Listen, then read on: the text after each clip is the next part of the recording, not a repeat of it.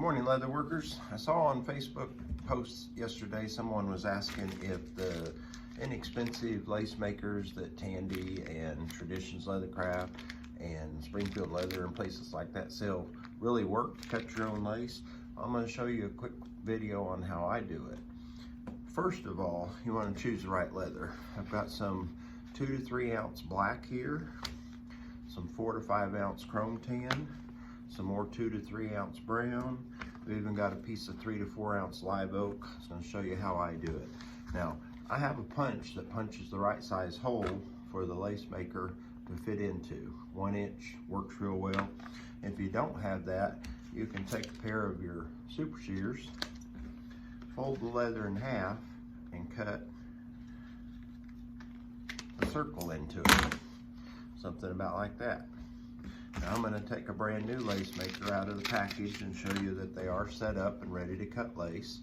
You want to put your lace maker in there and start your cut by twisting your wrist, doing this motion right here, until you get a tail started that you can reach into here and grab it and pull. And if your hole's not perfectly round, you'll have a little trouble until you get all the way around and make that hole nice and round. Certain types of leather do cut better, but I found that this chrome tan or oil tan leather works really well for cutting your lace. But then you just simply, slowly pull the lace towards you. On the back side, I'm holding my finger against it to keep the leather from spinning when I stop pulling. And you'll see that out of a small remnant like this, you can cut a whole lot of lace. And it's nice and uniform. So there are more expensive lace makers out there, but for someone getting started and you want to cut your own lace out, you can see how much I got out of that small little scrap there. So now, a lot of people want to cut their own lace for buck stitching. If you have white or black or brown, you can do that as long as your leather has some body to it. So again, I'm going to get it started by twisting my wrist until I get this little tail started right here that I can pull on. And once I get it started, I'm going to put my finger on the back of the leather to keep it from spinning when I stop pulling, and just slowly pull the lace out towards you.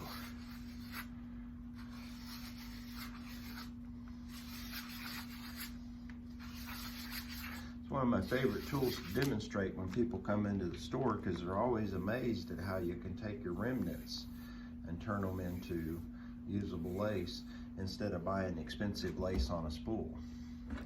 The lace maker has 2 slots. You won't be able to see it in here, but it has 2 slots where you can move the skiver blade over to make it a wider width. That's what I've done on this one. I'm gonna grab this 2 to 3 ounce chrome right here. Hopefully I've got a good sharp blade. I didn't think to check that this morning before I started recording. Get my tail started, reach up in here, and if the leather bunches up a little bit, your blade is probably too dull, which it's going to be on this lace cutter, so I'll have to stick a new blade in there before I can demonstrate that. But you can make 2 different widths, and there's 4 different slots in here. You can go from very narrow to very wide, and it really depends on the thickness of leather that you're using. A lot of times I'll start out wide and then I'll take it down to the next one and make it a little bit more narrow. But here's a piece of 3 to 4 ounce veg. A lot of people want to know, does it work on veg? Does it work on rawhide?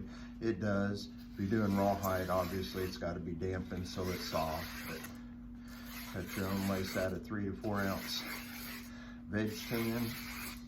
And then if you want to take and dye it whatever color you want to match your project, this is a great option. Now this lace maker doesn't bevel the lace like some of the more expensive lace cutters out there. If you want to be able to do that, you're going to need a different tool. But you can see it cuts it very nice and uniform. And out of that little bitty square, I ended up with 1, 2, 3, 4, 5, 6, almost 7 yards of lace. One long continuous piece. That was out of a piece of leather, about that size right there. So if you have questions on the lace maker, how to use it, what blades it takes, just give me a call at Traditions Leathercraft. You can hit us up at traditionsleathercraft.com. We're always here, happy to help. And yeah, let me know if I can help you with anything.